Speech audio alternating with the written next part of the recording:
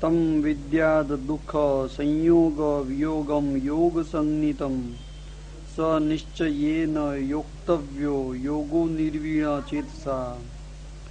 દુઃખના સંયોગને દૂર કરનાર કરાવનાર તે ઉપર કહેલી યોગાવસ્થાને જ યોગ જાણવો અને તે યોગ જ હર્ષયુક્ત ચિત્તથી યત્નપૂર્વક આરંભ કરવા યોગ્ય છે. ખિન્ન નહીં થયેલા ચિત્તથી તે યોગ નિશ્ચય આચરવો. ખિન્ન નહીં થયેલા અથવા પ્રસન્ન ચિત્તથી યોગ આચરવો તે અહીંયા કહેલું છે. આપણે ગુજરાતીમાં કહેવત છે ભાઈ, રોતો જાય એ મુવાના સમાચાર લાવે. એનો મતલબ શું? ધર્મ અને યોગ એ આત્મસુખ છે અને જ્યાં સુધી આ ક્રિયામાં આત્મસુખ નથી ત્યાં સુધી ભક્તને આનંદ નથી અને ભગવાનને આનંદ નથી. જ્યાં આગળ આનંદ સાથે પ્રેમથી જો આ ક્રિયા યોગ કરો, સેવા કરો, કીર્તન કરો, કંઈ પણ કરો એમાં, પરંતુ જો આનંદ છે તો ગાનારને આનંદ છે, સાંભળનારને આનંદ છે. સેવા કરે એને આનંદ છે અને જે સેવા લે છે એને આનંદ છે. એક પોતાનું કાર્ય સમજીને નિરસતાથી જો કરવામાં આવે એનો કોઈ મતલબ નથી. આનંદ સાથે યોગ થવો જોઈએ, આનંદથી અને પ્રેમથી સેવા થવી જોઈએ તો ભગવાનને સેવા સ્વીકારવામાં આનંદ આવે. સંકલ્પ પ્રભવાન કા મામ સત્યકત્વા સર્વાન શેષત મન સેવેન્દ્રિય ગ્રામમ વિનિયમ્ય સમમ તત સન્નેહ સન્ને રૂપર મેદ બુદ્ધિયા ધૃતિ ગ્રહિતયા આત્મ સંસ્થમ મનઃ ઉત્વા ન કિંચદપી ચિત્તયેત. સંકલ્પથી ઉત્પન્ન થતી સર્વ કામનાઓને તદ્દન તજી સર્વ તરફથી ઇન્દ્રિયોના સમૂહને મનથી નિયમમાં રાખી ધૃતિવાળી બુદ્ધિથી ધીરે ધીરે ઉપરમવું મનને આત્મામાં સ્થિર કરી કોઈનું પણ ચિંતન ન કરવું. યતો યતો નિશ્ચરતિ મનશ્ચલમ સ્થિરમ તતસ્તતો નિયમ્યેત તદાત્મન્યેવ વસમ નયેત. ચંચળ અને અસ્થિર મન જ્યાં જ્યાં બહાર જાય ત્યાંથી નિયમન કરી તેને આત્માને જ વશ કરવું. પ્રશાંત મનસમ વેનમ યોગિનમ સુખમુત્તમમ ઉપેતિ શાંત રજસમ બ્રહ્મભૂતમ કલ્મષમ. અતિ શાંત મનવાળા અને જેનો રજો ગુણ શાંત થયો છે તેવા બ્રહ્મભૂત પાપ રહિત આ યોગીને ઉત્તમ સુખ પ્રાપ્ત થાય છે. યુજ્જનેવમ સદાત્મનમ યોગી વિગત કલ્મષ સુખેન બ્રહ્મ સંસ્પર્શ મત્યમ તમ સુખમ સ્નુતે. આ પ્રમાણે સદા આત્માને મારામાં યોજનાર પાપ રહિત યોગી બ્રહ્મ સંસ્પર્શ અત્યંત સુખથી ભોગવે છે. આ પ્રમાણે કરવાથી કૃતાર્થ થાય છે એમ કહે છે. આવી રીતે આત્માને પર આ પ્રમાણે કરવાથી એ કૃતાર્થ થાય છે એમ કહે છે. આવી રીતે આત્માને પર બ્રહ્મમાં સદા જોડનાર અથવા યોજનાર યોગીના સર્વ પાપ નાશ પામે છે અને તે સુખથી અથવા અનાયાસે બ્રહ્મ સંસ્પર્શ સુખ ભોગવે છે. બ્રહ્મ અથવા અક્ષર બ્રહ્મનો સંસ્પર્શ એટલે અત્યંત ભેદ દૂર કરનાર સાક્ષાત્કાર જેમાં થાય તે બ્રહ્મ સ્પર્શ સુખ. અક્ષર બ્રહ્મના સાક્ષાત્કાર રૂપ સુખ લોકોત્તર છે. આવું લોકોત્તર અત્યંત સુખ યોગી ભોગવે છે. અશ્રુતમાં અશ ધાતુ છે તે પરમ પદનો હોવા છતાં યોગીને પોતાને સુખરૂપ ફળ પ્રાપ્ત થતું હોવાથી એનું આત્મને પદનું રૂપ યોજેલું છે. આવો યોગી લોકોત્તર સુખ ભોગવતો હોવાથી જીવન મુક્ત છે એમ સૂચવેલું છે. સર્વભૂતસ્થમાત્મન સર્વભૂતાની ચાત્મની ઈક્ષતે યોગ યુક્તાત્મા સર્વત્ર સમદર્શન. સર્વત્ર સમદર્શન વાળો યોગ યુક્ત પુરુષ સર્વભૂતોમાં રહેલા પોતાને અને પોતામાં સર્વભૂતોને જુએ છે. આવા યોગીને બ્રહ્મ સુખનો આવિર્ભાવ થવાથી વામદેવ પેઠે સર્વાત્મા ભાવ સિદ્ધ થાય છે એમ કહે છે. ગુહ્ય સંપ્રજ્ઞાત સમાધિ બે પ્રકારની છે. એક અક્ષર બ્રહ્મના સંબંધવાળી અને બે ભગવાનના સંબંધવાળી. તેમાં પહેલા પ્રકારનું ફલ આ શ્લોકમાં કહે છે. તે સર્વભૂતોમાં પોતાને જુએ છે ને પોતામાં સર્વભૂતોને જુએ છે. અક્ષર બ્રહ્મ કારણ છે ને ભૂતો કાર્ય છે. તેથી કારણ ને કાર્ય એક જ હોવાથી અથવા સર્વભૂત માત્રની અક્ષર બ્રહ્મમાં સ્થિતિ હોવાથી તે સર્વભૂતોને પોતાનામાં જુએ છે. અર્થાત તેનામાં આનંદ અંશનો આવિર્ભાવ થયેલો છે. તેથી તે પોતે ભગવદાત્મક થવાથી તેનું વ્યાપકપણું પ્રગટ થાય છે. તેથી તે સર્વભૂતોને પોતાનામાં જુએ છે. આ ગુહ્ય ફલ કહ્યું. હવે બીજા પ્રકારનું તેથી પણ વિશેષ ગુહ્ય ફલ કહે છે. ભાઈ એક પિક્ચરનું ગાયન છે. દિલ में आती है तो दुनिया में बाहर आती है. दिल में आती है तो दुनिया में बाहर आती है. जो દિલમાં બહાર આવે, બહાર એટલે વસંત દિલમાં ખીલે તો દુનિયામાં વસંત ઋતુ જેવું વાતાવરણ આપણને લાગે. જે દુઃખી છે એને જગત દુઃખી દેખાય છે. જે પોતે સુખી છે એને જગત સુખી દેખાય છે. દિલ में आती है तो दुनिया में बाहर आती है. એ પ્રમાણે યોગીના હૃદયમાં ભગવદ અંશ આવે છે. એટલે એના હૃદયમાં ભગવાન આવીને બિરાજે છે અને અંદર બિરાજેલા ભગવાનથી આખા જગતને બ્રહ્મરૂપ જુએ છે. તો અહીંયા મુક્તિના બે પ્રકાર બતલાવેલા છે. એક અક્ષર બ્રહ્માત્મક મુક્તિ. તો અક્ષર બ્રહ્મથી આ સંપૂર્ણ સૃષ્ટિની ઉત્પત્તિ છે.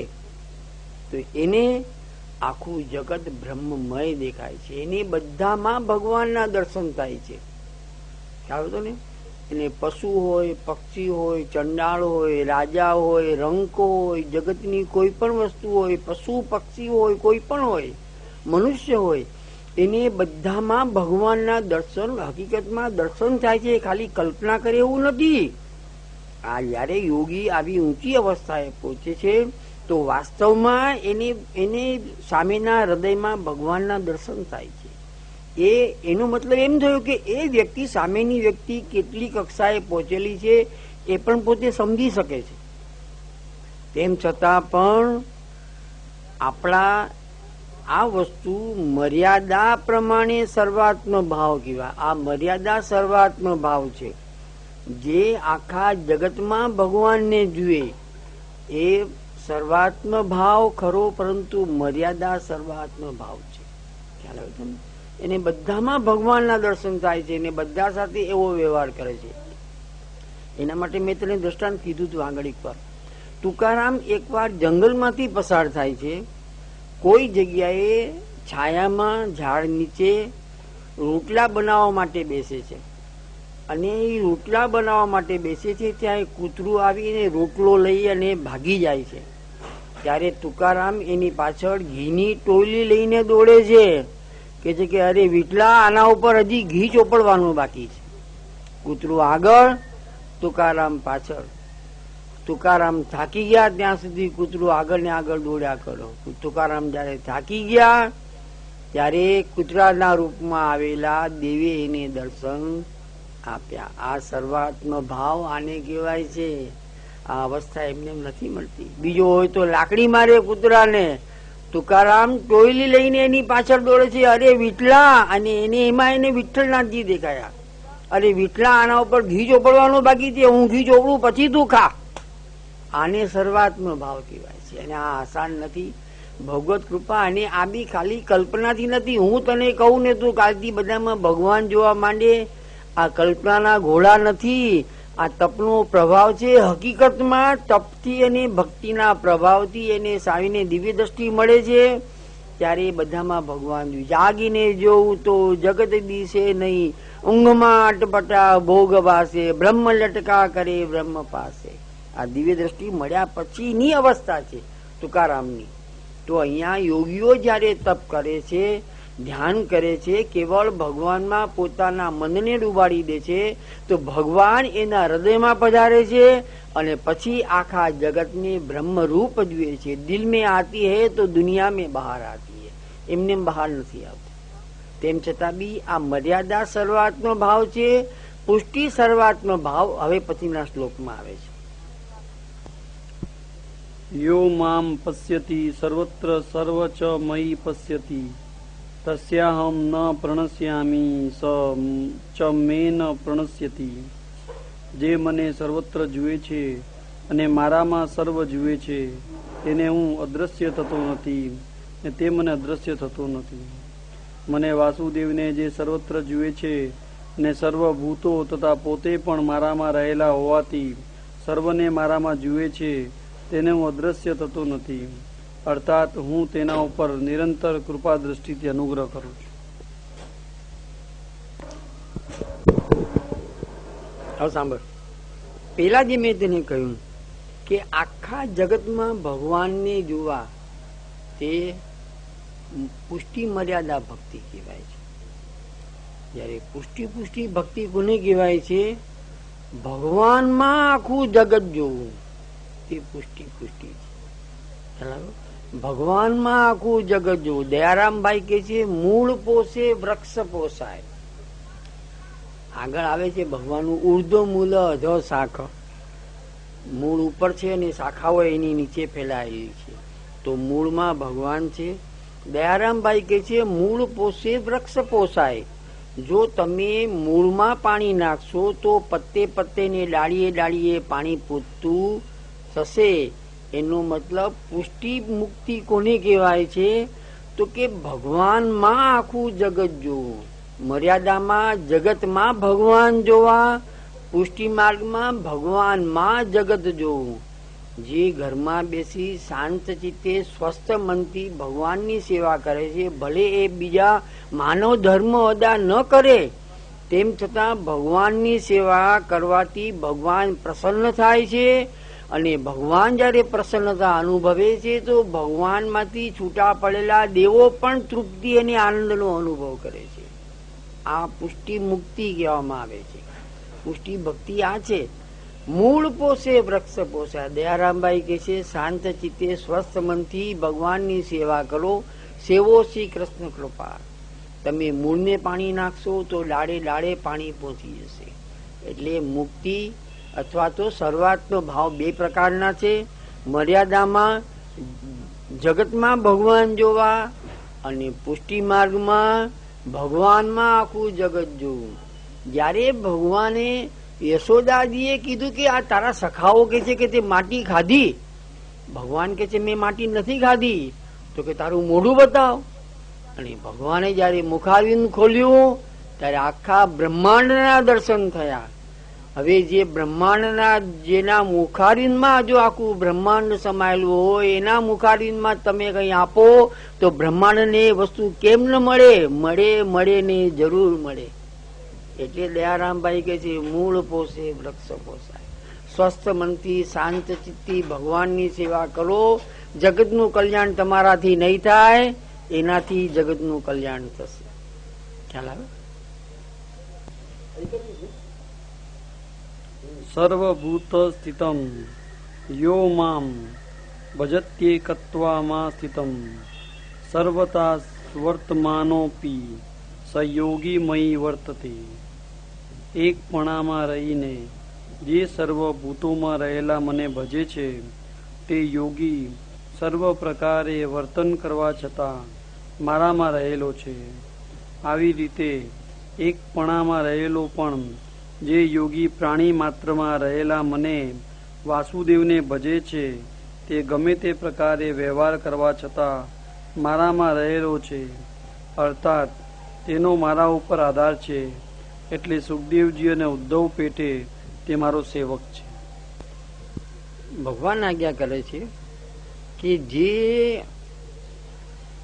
આખા જગતને ભૂલી જે મારા મય થઈ ગયો છે અને મનથી ઈચ્છે છે કે આમની સેવા કરવાથી જગતનું શ્રેય થશે, ભગવાન આજ્ઞા કરે છે કે એનાથી હું દૂર થતો નથી અને મારાથી એ લોકો દૂર થતા નથી, કારણ કે એનું મન મેં હરી લીધું છે, એને મારા સિવાય કંઈ દેખાતું નથી.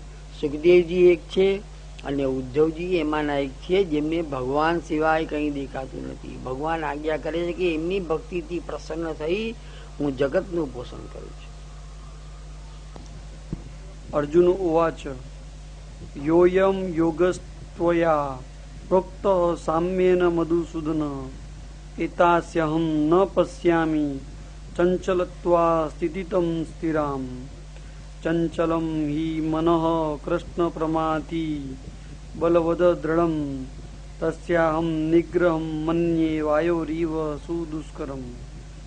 હે મધુસૂદન, સામ્યથી જે આ યોગ આપે કયો તેની સ્થિતિ મનની ચંચલતાને લીધે સ્થિર હું જોઈ શકતો નથી, કારણ કે હે કૃષ્ણ, મન ચંચલ ઇન્દ્રિયોનો ક્ષોભ કરનારું બલવાળું અને દ્રઢ છે. વાયુની પેટે તેનો નિગ્રહ હું દુષ્કર માનું છું. હવે ઉપર વર્ણવેલો યોગ અસંભવિત જ છે, કારણ કે મન ઘણું ચંચલ હોવાથી સુખ દુઃખ વગેરેમાં સ્થિર ને એક સરખું રહી શકે જ નહીં. એમ માની અર્જુન 2 શ્લોકથી પ્રશ્ન કરે છે, હે મધુસૂદન, મન બહુ ચંચલ હોવાથી મનને સમાન રાખી સામ્યતાથી સિદ્ધિ થતા જે આ યોગનું આપે વર્ણન કર્યું તે યોગની સ્થિતિ સ્થિર દેખાતી નથી, કારણ કે અનિદ્ર અને સૌભરી જેવામાં મન પણ સ્થિર રહ્યા નથી. આવા યોગની સ્થિતિ સ્થિર હોઈ શકે નહીં, કારણ કે મન બહુ ચંચલ છે, ઇન્દ્રિયોનો ક્ષોભ કરી મૂકે તેવું છે, બળવાળું છે, એટલે જ્ઞાનના બોધ વગેરેથી સાધ્ય નથી ને દ્રઢ છે. તેથી પોતાનો જે વિષયમાં અનુરાગ હોય તેનો ત્યાગ કરે તેવું નથી. જેમ આકાશમાં સુસવાટ કરતા વાયુનો ગળા વગેરેમાં નિગ્રહ થવો અશક્ય છે, તેમજ આવા મનને નિગ્રહમાં પણ અશક્ય જ છે એમ હું માનું છું. હવે ભગવાન જેમ આગળ કહ્યું કે આ રીતે મનને સ્થિર કરવું, યોગીના આ બધા ધર્મ છે, યોગી આખા જગતમાં ભગવાનને જુએ છે અથવા ભગવાનમાં આખું જગત જુએ છે, આ બધી યોગની સ્થિતિઓ છે. ત્યારે અર્જુન પ્રશ્ન કરે છે કે મહારાજ, મન તો ચંચળ છે, એ આપના માટે સહજ છે, પરંતુ આ જગતના મનુષ્ય માટે આ બધી વસ્તુ સહજ નથી. તો પછી મનને કાબુમાં કઈ રીતે લેવું? એના માટે દ્રષ્ટાંત આપે છે સૌભરી ઋષિનું. સૌભરી ઋષિએ 1000 વર્ષ તપ કર્યું અને તપ કર્યા પછી જ્યારે અમુક રાજા એમને વંદન કરવા આવે છે, સાથે એમની રાજકુમારી હોય છે, ત્યારે સૌભરી ઋષિનું મન એ અવસ્થાએ જેને 1000 વર્ષ તપ કર્યું ચંચળ થઈ જાય છે, ને એ સ્ત્રીઓ સાથે લગ્ન કરવાની ભાવના પેદા થાય છે. પછી રાજા વિનંતી કરે છે કે મહારાજ, આપ જે કૃપા કરો એ વસ્તુ હું આપને ભેટ કરું. તો કે આપીશ? તો કે હા. તો કે તારી આ જે કુંવરીઓ બધી છે એની સાથે મારું લગ્ન કરાવી. સમજો? પછી રાજાને મનમાં આવે છે કે આ વયોવૃદ્ધ વ્યક્તિ છે અને મારી આ યુવાન છોકરીઓ, આ રાજકુમારી સાથે હું આના લગ્ન કેમ કરી આપું? એટલે રાજા પછી એમને પ્રશ્ન પૂછે છે કે મહારાજ, આપ તો વયોવૃદ્ધ છો, મારી દીકરીઓ બધી યુવાન છે, તો હવે આપ લગ્ન કઈ રીતે કરો ને મારી છોકરીઓ, મારી રાજકુમારીઓને સુખ કઈ રીતે મળે? ત્યારે સૌભરી ઋષિ પોતાના તપના પ્રભાવથી યુવાન થઈ જાય છે. 31 વર્ષનો 25 વર્ષનો યુવાન હોય એવા થઈ જાય છે ને બધી રાજકુમારીનું મન પોતે હરી લે છે અને બધી રાજકુમારી કહે છે કે લગ્ન કરશું તો આમની સાથે જ કરશું. પછી સૌભી ઋષિ બધાની સાથે લગ્ન કરે છે અને બધાને ધાર્યું સુખ આપે છે. સુખ આપ્યા પછી જયારે પોતે તૃપ્તિ અનુભવે છે પછી પોતાને થાય કે અરે મેં આટલો જે આ તપ કર્યું જે યોગ સાધના કરીને હું આવા તુચ્છ સુખમાં ફસાઈ ગયો. અને પછી પોતે આ જયારે પશ્ચાતાપ થાય છે ત્યારે પાછા વનમાં જતા રહે છે. તો અર્જુન ભગવાનને કહે છે કે મન એટલે હદ સુધી ચંચળ છે કે કોઈ રીતે કાબુમાં આવી શકે એમ નથી. તો હવે એના માટે શું કરવું એમ અર્જુન પ્રશ્ન પૂછે છે. આ એક વાત તને બીજી સમજાવી દઉં. ગુરુજીને કોઈએ અમદાવાદમાં પૂછ્યું કે વલ્લભ સંપ્રદાય એટલે શું? ત્યારે ગુરુજીએ એની આજ્ઞા આપી કે વલ્લભ સંપ્રદાય એટલે શ્રી મહાપ્રભુજીએ પોતાના સ્વતંત્ર વિચારથી કોઈ પણ વસ્તુ વ્યક્ત કરી નથી. શ્રી મહાપ્રભુજી વેદ, બ્રહ્મસૂત્ર, શ્રીમદ ભગવદ ગીતા અને શ્રીમદ ભાગવત ચારેયનું ઊંડાણ સુધી અધ્યયન કર્યું અને પછી આપને જે સત્ય લાગ્યું તેનો નિચોડ આપના ગ્રંથમાં વ્યક્ત કર્યો તે વલ્લભ સંપ્રદાય છે. અને બધાનો એક જ વિચાર વ્યક્ત શ્રી મહાપ્રભુજીએ કર્યો છે. બ્રહ્મસૂત્રના સિદ્ધાંત ભાગવત સાથે નથી લડાવ્યા, ભાગવતના સિદ્ધાંત ભગવદ ગીતા સાથે નથી લડાવ્યા, ભગવદ ગીતાના સાથે ભાગવત સાથે નથી વિરોધ કરાવ્યો. બધાનો એક મત જે છે એ શ્રી મહાપ્રભુજીએ આપના ગ્રંથમાં રજૂ કર્યો છે. તો જે પ્રશ્ન અર્જુનને ઉપસ્થિત થયો કે આ ચંચળ મન કઈ રીતે કાબુમાં આવે, તો એ ચારેયનો નિચોડ શ્રી મહાપ્રભુજીને એ પ્રશ્ન એ વખતે નહીં આવ્યો હોય કે આવા ભગવદ ગીતા જેવી રીતે અર્જુને વાંચી શ્રી મહાપ્રભુજીએ પણ વાંચી કે નહીં? તો શ્રી મહાપ્રભુજીને પણ વિચાર તો આવે છે ને કે આ ચંચળ મન અર્જુનની વાત સાચી છે કે આ ચંચળ મન કોઈ રીતે કાબુમાં આવે એમ નથી. તો મન આ મારા ભક્તો અથવા મારા શિષ્યો પોતાના મનને કઈ રીતે કાબુમાં રાખશે? એટલે શ્રી મહાપ્રભુજીને એક જ વસ્તુ નિચોડ દેખાયો કે ભગવત સેવા કરશે, ભગવત ગુણાનુવાદ કરશે તો એમનું મન આસાનીથી એમના કાબુમાં આવશે. ધ્યાનમાં બેસી જશે તો મન કાબુમાં આવશે નહીં. એટલે જે કોઈ બ્રહ્મ સંબંધ લેવા આવે અને પછી હાથ જોડીને વિનંતી કરે કૃપાનાથ હવે મારો ધર્મ શું, બ્રહ્મ સંબંધ લીધા પછી શ્રી મહાપ્રભુજી આજ્ઞા કરે કે જા હવે ઠાકોરજી પધરાવી અને ઘરજીની સેવા કર. જો સેવા કરીશ તો જ તારું મન આસાનીથી તારા કાબુમાં આવશે. એક બીજી વાત દયારામભાઈ કહે છે કે ભગવાન વગરની જે કોઈ બધી વૈદિક પ્રક્રિયાઓ જે છે એ બધી એકડા વગરના મીંડા જેવી છે. જો ભગવાન નથી પછી તમે ધ્યાન કરો, ધારણા કરો, યોગ કરો, હોમ કરો, હવન કરો, એનું પરિણામ તપ કરો, એનું પરિણામ કઈ નથી. બધું એકડા વગરના મીંડા જેવું છે. એટલા માટે સૌભી ઋષિ ફસાઈ ગયા. જો ભગવાનની સેવા કરી હોત, એમના હૃદયમાં ભગવાન બિરાજેલા હાથે તો આ માયા તો માયા એમના ઉપર વિજય પ્રાપ્ત કરી શકો નહીં. ભક્તિ સુંદરી અને માયા દાસી. ભક્તિ સ્ત્રી છે ને માયા પણ સ્ત્રી છે. એક સ્ત્રીથી બીજી સ્ત્રી મોહિત થાય નહીં. ભક્તિ સુંદરી ને માયા દાસી બે મુહૂર્ત પ્રગટાવી. તો જો ભગવાનની ભક્તિ હૃદયમાં હોય તો એને માયા બાધક થતી નથી. એટલા માટે શ્રી મહાપ્રભુજી આજ્ઞા કરે છે કે કૃષ્ણ સેવા સદા કાર્યા માનસી સા પરામતા. કૃષ્ણ સેવા સદા કાર્યા, સેવો શ્રી કૃષ્ણ કૃપા. દયારામભાઈ પણ આ જ વાત સમજાવે. અર્જુનનો વિજય કેમ થયો? એના સારથી ભગવાન હતા એટલે અર્જુનનો વિજય થયો. એવી રીતે આપણે આપણા જીવનનો રથ જો ભગવાનને સાથે રાખીને જીવન જીવશું તો આપણું જીવન પણ સાર્થક થશે. શ્રી ભગવાન ઉવાચ અસંશયમ મહાબાહો મનો દુર્નિગ્રહમ ચલમ અભ્યાસેન તુ કૌંતેય વૈરાગ્યેણ ચ ગુહ્યતે અસંયતાત્મનો યોગો દુષ્પ્રાપ ઇતિ મે મતિઃ વસ્યાત્મના તુ યતતા શક્યો વાપ્તુમુપાયતઃ. હે મહાબાહુવાળા, નક્કી મન દૂરની ગ્રહ અને ચંચલ છે, પણ હે કૌંતેય, અભ્યાસ ને વૈરાગ્યથી તેનો નિગ્રહ થાય છે. જેને મન વશ નથી તેનાથી યોગ દુષ્પ્રાપ્ત છે, એવો મારો મત છે. પરંતુ જેને મન વશ છે તેવા યત્ન કરનારને ઉપાયથી પ્રાપ્ત થઈ શકે તેવો છે. અર્જુને કહ્યું, તે બરાબર હોવાથી હવે ભગવાન મનનો નિગ્રહ કરવાનો ઉપાય કહે છે. મનનો નિગ્રહ થવો બહુ કઠિન છે, કારણ કે તે ચંચલ છે. તો પણ અભ્યાસથી અને વૈરાગ્યથી તેનો નિગ્રહ થઈ શકે છે. મનનો નિરોધ કરી મનને સમ રાખવાથી યોગ પ્રાપ્ત થઈ શકે છે. બીજી કોઈ રીતે પ્રાપ્ત થઈ શકે તેમ નથી. ઉદ્ધવ ઉપદેશમાં ભગવાન આજ્ઞા કરે છે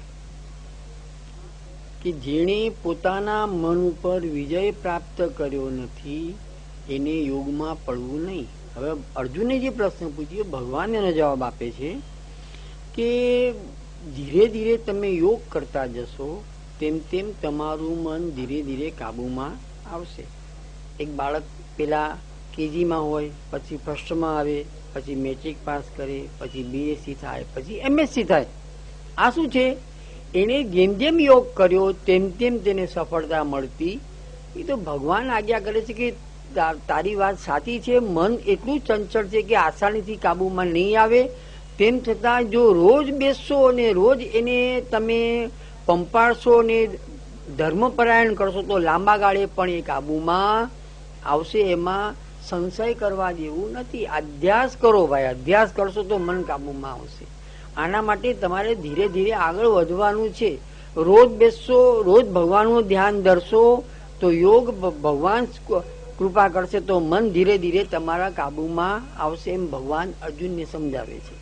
તેમ છતાં ઉદ્ધવ ઉપદેશમાં ભગવાન આજ્ઞા કરે છે કે જેણે પોતાના મન ઉપર સંપૂર્ણ વિજય પ્રાપ્ત કર્યો નથી, ઇન્દ્રિયો પર જેનો વિજય નથી, એને યોગમાં પડવું નહીં. એને શ્રી મહાપ્રભુજીની જે આજ્ઞા છે એ પ્રમાણે સેવા કરવી અને સેવામાં પોતાના મનને પરોવવું તો ભગવત કૃપા થશે. તો આ આસાનીથી એ વસ્તુ સુધી પહોંચી જશે. કારણ કે ભગવાન આગળ છે, ભગવાન નેત્ર દ્વારા હૃદયમાં પધારે છે, એ વ્યક્તિ પ્રેમી બને છે. અને મેં તને આગળ સમજાવ્યું કે આવી અવસ્થાએ પહોંચવા માટે પ્રેમી બનવું બહુ જરૂરી છે. ગુરુમાં આસક્તિ થાય, ઠાકોરજીમાં આસક્તિ થાય કે પછી કોઈ યોગ્ય વૈષ્ણવમાં આસક્તિ થાય, એ કોઈનું જો પ્રેમી બની જાય તો આ ભગવાન જે આજ્ઞા કરે છે યોગીની, એ એને આસાનીથી બધું પ્રાપ્ત થશે. એટલે શ્રી મહાપ્રભુજી પાછું કહે છે કે સેવા કરો, સેવા સિવાય બીજો કોઈ રસ્તો મને દેખાતો નથી, એમ શ્રી મહાપ્રભુજી આજ્ઞા કરે છે. હમણાં આપણે આવ્યું મૂળ પોષે વૃક્ષ પોષાય. દયારામભાઈ જેમ કે છે કે મૂળ પોષે વૃક્ષ પોષાય. શ્રી ઠાકોરજીની સેવા કરો, એ દ્વારા જગતનું કલ્યાણ પણ થઈ શકે છે. એના માટે એક દ્રષ્ટાંત છે કે દુર્યોધનને ત્યાં આગળ દુર્વાસા ઋષિ ગયા, એમનું આગતા સ્વાગતા કર્યું, બહુ માન રાખ્યું, સારી રીતે સેવા કરી. દુર્વાસા ઋષિ પ્રસન્ન થયા કે બોલ ભાઈ, તારી શું ઈચ્છા છે? બસ કે મારા એક જ ઈચ્છા છે કે જેવી મારી સેવા લીધી એવી તમે પાંડવોની સેવા લો અને મધ્યાહન કાળ પછી તમે ત્યાં આગળ હાજર થજો. બસ એ સિવાય મારી કોઈ બીજી ઈચ્છા નથી. દુર્વાસા ઋષિ કે તથાસ્તુ. એટલે દુર્વાસા ઋષિ પાંડવો જ્યાં વનમાં હતા ત્યાં આગળ મધ્યાહન કાળ પછીના સમયે દુર્વાસા ઋષિ ત્યાં આગળ પહોંચ્યા અને સાથે એમનું શિષ્ય વૃંદ ઘણું મોટું હતું, જબરજસ્ત વિદ્વાન હતા દુર્વાસા ઋષિ. મહાદેવજીનું સ્વરૂપ કહેવાય છે.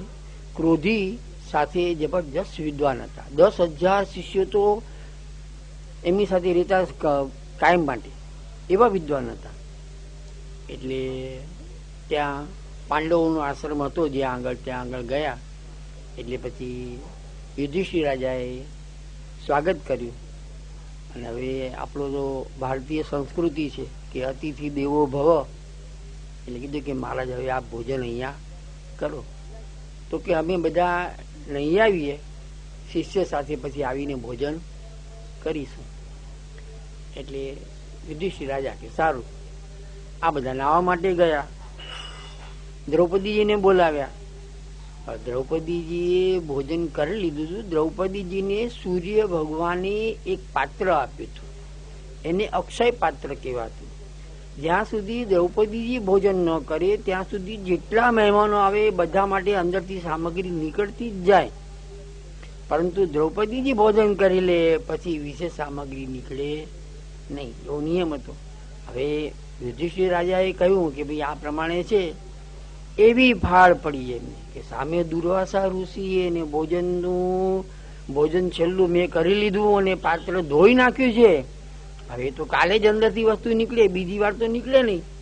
હવે શું કરવું? એવો જ રાસકો પડ્યો ને એવો આઘાત લાગ્યો એમને. સામે દુર્વાસા ઋષિ મહાક્રોધી. પછી એમને રડતા રડતા ભગવાનને યાદ કર્યા. એ ભગવાન ત્યાં આગળ પધાર્યા. ભગવાનને જોયા એટલે દ્રૌપદીજીને થોડીક રાહત થઈ. ત્યાં ભગવાને પાછો ચમકારો બતાવ્યો કે મને બહુ ભૂખ લાગી જાય તો મને ખાવા આપો. હવે એક બાજુ ભોજન દુર્વાસા ઋષિ શિષ્યો માટે નથી અને હવે ભગવાન પધાર્યા. આ તો મૂંઝવણમાં ઓર વધારો થયો. કહેવાય પણ કેમ? તેમ છતાં પણ દ્રૌપદીજી અને ભગવાન સાથે સખ્ય ભાવ હતો. એ ભગવાન એની પોતાની સખી માનતા અને આ પોતાના મિત્રવત બંનેનો અરસપરસ વ્યવહાર હતો. એટલે કહ્યું કે દુર્વાસા ઋષિ આવેલા છે, પાત્ર માંજી લીધેલું છે, હવે કઈ છે નહીં, હું મૂંઝવણમાં છું ને ત્યાં આપ પધારીને આપ પણ ભોજન માગો છો. એટલે પછી ભગવાને કહ્યું કે એક કામ તો કર, એ પાત્ર લાવતો ખરી. કદાચ તારા ધોવામાં ભૂલ થઈ ગઈ હોય ને કઈ અંદર હોય તો મને પાત્ર બતાવ. એટલે પાત્ર લાવી ભગવાનના હાથમાં મૂક્યું. તેમાંથી એક ભાજીનું પત્તું ભૂલથી ધોયા વગર ચોટી રહ્યું હતું. એ પત્તું ભગવાનને લઈ અને પોતાના મુખારીમાં મૂકી દીધું. જેવું ભગવાને પોતાના મુખારીમાં પત્તું મૂક્યું એવું તો ત્યાં દુર્વાસા ઋષિની એના શિષ્યો 10,000 શિષ્યોને એટલી બધી પેટમાં અકળામણ થઈ કે જેનો કોઈ હિસાબ નહીં. 10, 15, 20 લાડવા થઈ ગયા હોય ને કેવી અકળામણ થાય, એ બધાને ભયંકર અકળામણ થઈ. હવે બધાને થયું કે આ રીતે પેટ ફૂલી ગયું છે, હવે ત્યાં જઈને ખાશું શું અને આપણે અનાદર કરશું, સામે બી પાંડવો છે, તો હવે શું કરાય? એટલે દુર્વાસા ઋષિએ કીધું કે હવે ચૂપચાપ બોલ્યા વગર અહીંથી સીધી ચાલતી પકડો, બીજો કોઈ રસ્તો નથી. એટલે બધા સ્નાનમાંથી નદીમાં નાતા હતા, કપડા પહેરી અને બધા રવાના થઈ ગયા. કોઈ પાછું આવ્યું નહીં. રાહ જોતા જોતા બધા રહ્યા અને પછી ભગવાન હસ્યા. એટલે પછી યુધિષ્ઠિર રાજા અને દ્રૌપદીને બધો ખ્યાલ આવી ગયો અને ઠાકોરજીને વંદન કરે કે મહારાજ આપે અમારી લાજ રાખી. આજે દયારામભાઈ કહે છે મૂળ પોષે વૃક્ષ પોષાય. ઠાકોરજીએ એક ભાજીનું પત્તું આરોગ્યા તો દુર્વાસા ઋષિ અને એમના 10,000 શિષ્યોએ તૃપ્તિ કેવી અનુભવી. અકળામણ થઈ પેટમાં, 15-20 લાડવા ઘૂસી ગયા હોય ને શું કરશું હવે જઈને, એવી અકળામણ થઈ. જેમ દયારામભાઈ કે છે એ પ્રસંગ અહીંયા બેસે છે. મૂળ પોષે વૃક્ષ પોષાય. વિવેકાનંદની વાત મેં તને પેલા પણ કરી હતી. વિવેકાનંદ કે છે કે ઘણી વાર લોકો ઘણું બોલીને બીજાનું શ્રેય નથી કરતા, કેટલીક વાર મુનિ મૌન રાખીને પણ બીજાનું ઘણું શ્રેય કરી જાય છે. આ મૂળ પોષે વૃક્ષ પોષાય. ઋષિઓ ગુફામાં બેસીને તપ કરે છે, તેમ છતાં બી એમના અંતઃકરણમાંથી જગતનું શ્રેય થાવ, જગતનું કલ્યાણ થાવ, જગત નિરોગી રહે, જેના જે સ્પંદનો ફેલાય છે એનાથી જગતનું કલ્યાણ થાય છે. મૂળ પોષે વૃક્ષ પોષાય. અર્જુન વાચ અયતિહ શ્રદ્ધયોપેતો યોગાચલિત માનસ અપ્રાપ્ય યોગ સંસિદ્ધિમ કામ ગતિમ કૃષ્ણ ગચ્છતિ. હે કૃષ્ણ, અલ્પ પ્રયત્ન વાળો શ્રદ્ધાળુ જેનું મન યોગથી ચલિત થયેલું છે તે સિદ્ધિ ન પામતા કઈ ગતિને પ્રાપ્ત કરે છે. આ યોગ કરવાની અભિલાષા વાળો હોય પરંતુ જેને મન વશ ન હોય અને પ્રયત્ન પણ કરી શકતો ન હોય તેની શી ગતિ થાય છે તેવી જિજ્ઞાસા થવાથી અર્જુન પ્રશ્ન કરે છે. હે કૃષ્ણ, યોગ સાધવાના સાધન રૂપ અભ્યાસ અને વૈરાગ્યમાં જે અલ્પ પ્રયત્ન વાળો જ હોય અને શ્રદ્ધા વાળો હોય, પરંતુ જેનું મન વશ ન થતું હોય અને યોગથી ચલિત થતું હોય, તેને યોગની સિદ્ધિ થાય નહીં, ત્યારે તેની સી ગતિ થાય છે. અર્જુન ભગવાનને પૂછે છે કે ઘણી વાર એવું બને, બધાનો સરખો સ્વભાવ નથી. કેટલાક લોકો સ્વભાવ વિજયી હોય છે, એને યોગમાં આગળ વધવામાં વાંધો આવતો નથી, પરંતુ કેટલાકનું મન સંપૂર્ણ પોતાના કાબુમાં ન હોય તો એ ઘણી વાર ચલિત પણ થઈ જાય છે. યોગના નિયમો એક નિયમ નથી કે કેવળ સ્ત્રી કે કેવળ સેક્સની વાત નથી, બીજા ઘણા બધા નિયમોનું એમને પાલન કરવું પડે છે. તો કોઈને કોઈ જગ્યાએ જો પોતાના નિયમમાંથી જો ભ્રષ્ટ થાય તો એનું શું થાય, એમ અર્જુન પ્રશ્ન. એને યોગ ભ્રષ્ટ વ્યક્તિ કહેવાય. યોગના નિયમો ઘણા છે ને બધા નિયમોનું ચુસ્ત રીતે પાલન થવું જોઈએ. તો ધારો કે ભગવાનને પૂછે છે અર્જુન કે એ યોગ કરતા કરતા ક્યારેક પોતાના નિયમમાં એ ચ્યુત થઈ જાય તો એનું શું થાય, એમ અર્જુન ભગવાનને પૂછે. કચ્છિન્નો ભય વિભ્રસ્ત છિન્ના ભ્રમીવ નશ્યતિ અપ્રતિષ્ઠો મહાબાહો વિમૂઢો ભ્રમણ પતિ. હે મહાબાહો, અપ્રતિષ્ઠ અને બ્રહ્મ માર્ગમાં વિમૂઢ હોવાથી ઉભયથી ભ્રષ્ટ થયેલો તે છૂટા પડેલા વાદળો પેટે નાશ પામતો નથી ને? અર્જુન પોતાના સંદેહનું વિવેચન કરે છે. હે સર્વ સંદેહ દૂર કરવા સમર્થ મહાબાહો, આવો પુરુષ પ્રતિષ્ઠિત છે, કારણ કે પૂર્વે જે કર્મ વગેરે કરતો હતો તેનો ત્યાગ કરી યોગ માર્ગમાં પ્રવૃત્ત થયેલો, યોગ માર્ગ પ્રાપ્ત કરવા મનના નિગ્રહ માટે અભ્યાસ થઈ નહીં શકવાથી તથા વૈરાગ્ય પ્રાપ્ત નહીં થવાથી એ બ્રહ્મ માર્ગ અર્થાત બ્રહ્મ પ્રાપ્ત કરવાના ઉપાયરૂપ યોગ માર્ગમાં પણ મૂઢ થયેલો હોય છે. તેથી ઉભય માર્ગથી ભ્રષ્ટ થવાથી બીજા વાદળાઓથી છૂટા પડેલા વાદળા પેટે તેનો નાશ થતો નથી. એ તન્મે સંશયમ કૃષ્ણ ચેતુર્મહર્ષ્ય શેષતઃ ત્વદન્ય સંશયસ્યાસ્ય છેત્તા ન યુપપદ્યતે. હે કૃષ્ણ, આ મારા સંશયને સંપૂર્ણ રીતે દૂર કરવા આપ યોગ્ય છો, કારણ કે આપ વિના આ સંશય દૂર કરનાર બીજો કોઈ નથી.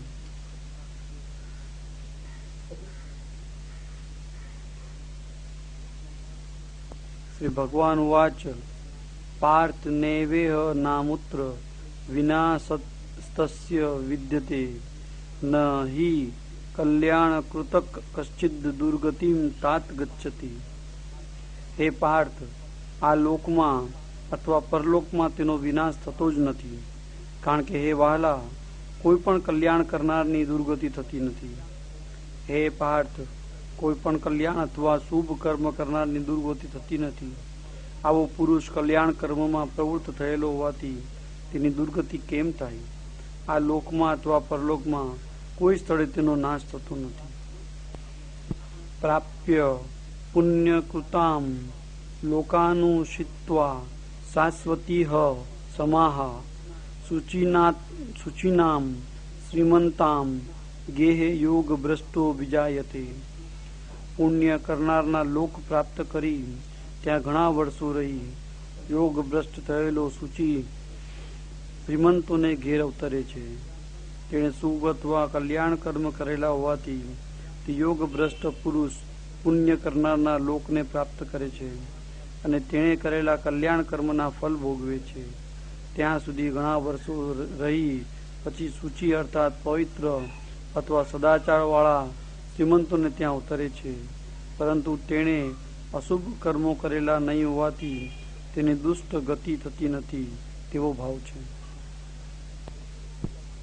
હવે જેમ અર્જુને શંકા ઉઠાવી કે કોઈ વ્યક્તિ યોગ કરતા કરતા એનો યોગ અટકી જાય અથવા તો નિયમ પ્રમાણે પોતે યોગ સિદ્ધ ન કરી શકે તો એનું શું થાય? ત્યાં ભગવાન જવાબ આપે છે કે જે કોઈ આ જગતમાં ઉત્તમ કર્મ કરે છે એનું અધપતન થતું નથી. એનું કાર્ય જાતિ અટકી ગયું હોય તો શું થાય કે એ બીજા જન્મમાં શ્રેષ્ઠ વ્યક્તિને ત્યાં જન્મે, પોતે ભૂતકાળમાં જે ઉત્તમ કર્મ કર્યું હોય એનું ઉત્તમ ફળ ભોગવે, અને ફળ ભોગવ્યા પછી જ્યાંથી અટક્યો હોય ત્યાંથી યોગમાં પાછો પોતે આગળ વધે અને એમાં ભગવાન એની સહાયતા કરે. એના માટે બે દ્રષ્ટાંત આપેલા છે. એક જળ ભરતનું. જળ ભરત ઋષિ હતા, ભરત ઋષિ. એમને ઉગ્ર તપ કર્યું. તો એક વાર સવારે સ્નાન કરવા માટે ગયા, તો સ્નાન કરવા માટે અંદર જલમાં ઉભા હતા. ત્યાં આગળ એક હરણી પાણી પીવા આવી, અને હરણી એ વખતે ગર્ભવતી હતી. તો સિંહે ત્રાળ નાખી.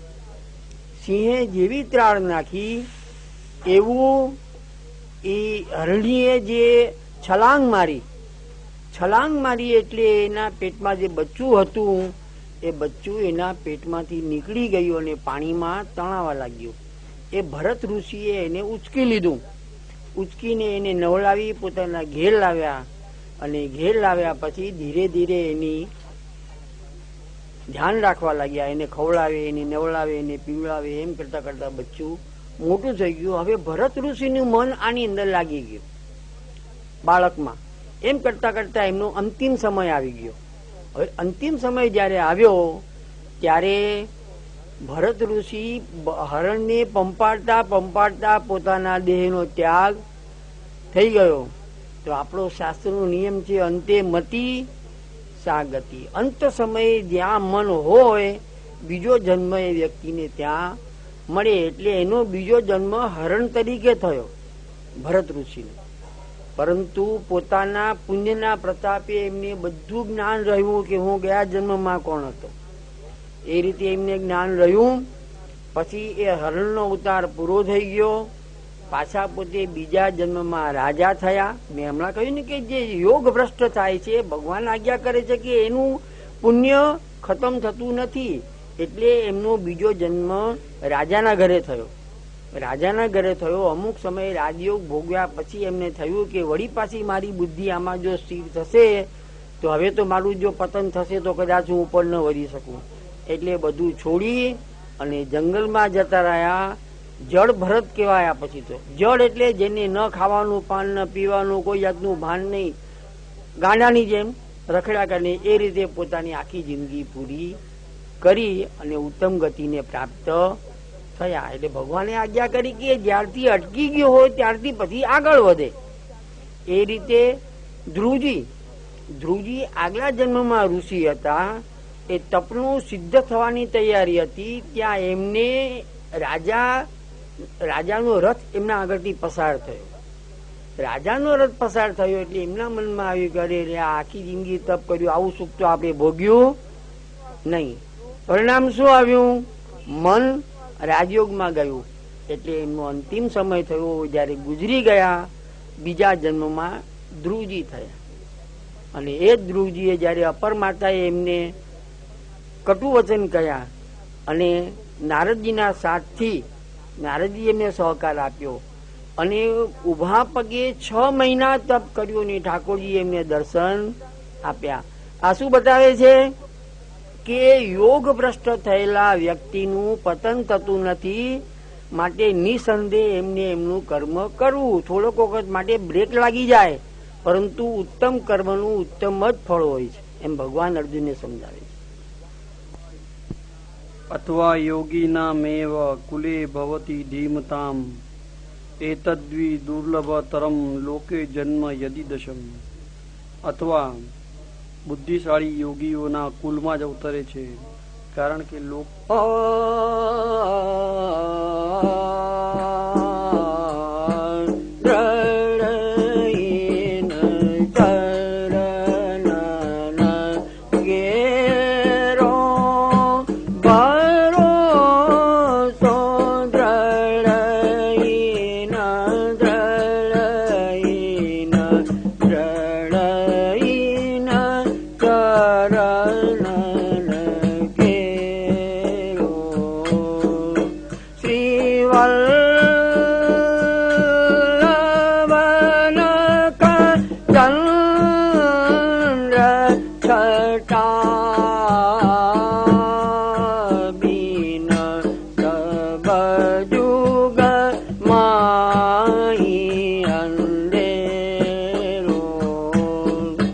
साधन और नहीं कली में जासू होय निवेरो सूर का जीवित आंधरो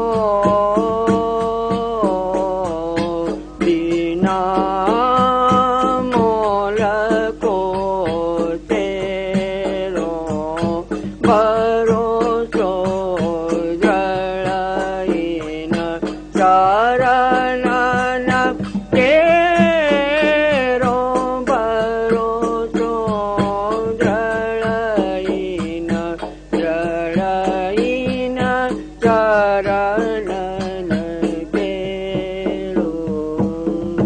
गिराधरण की जय, श्री दीक्षित जी महाराज की जय।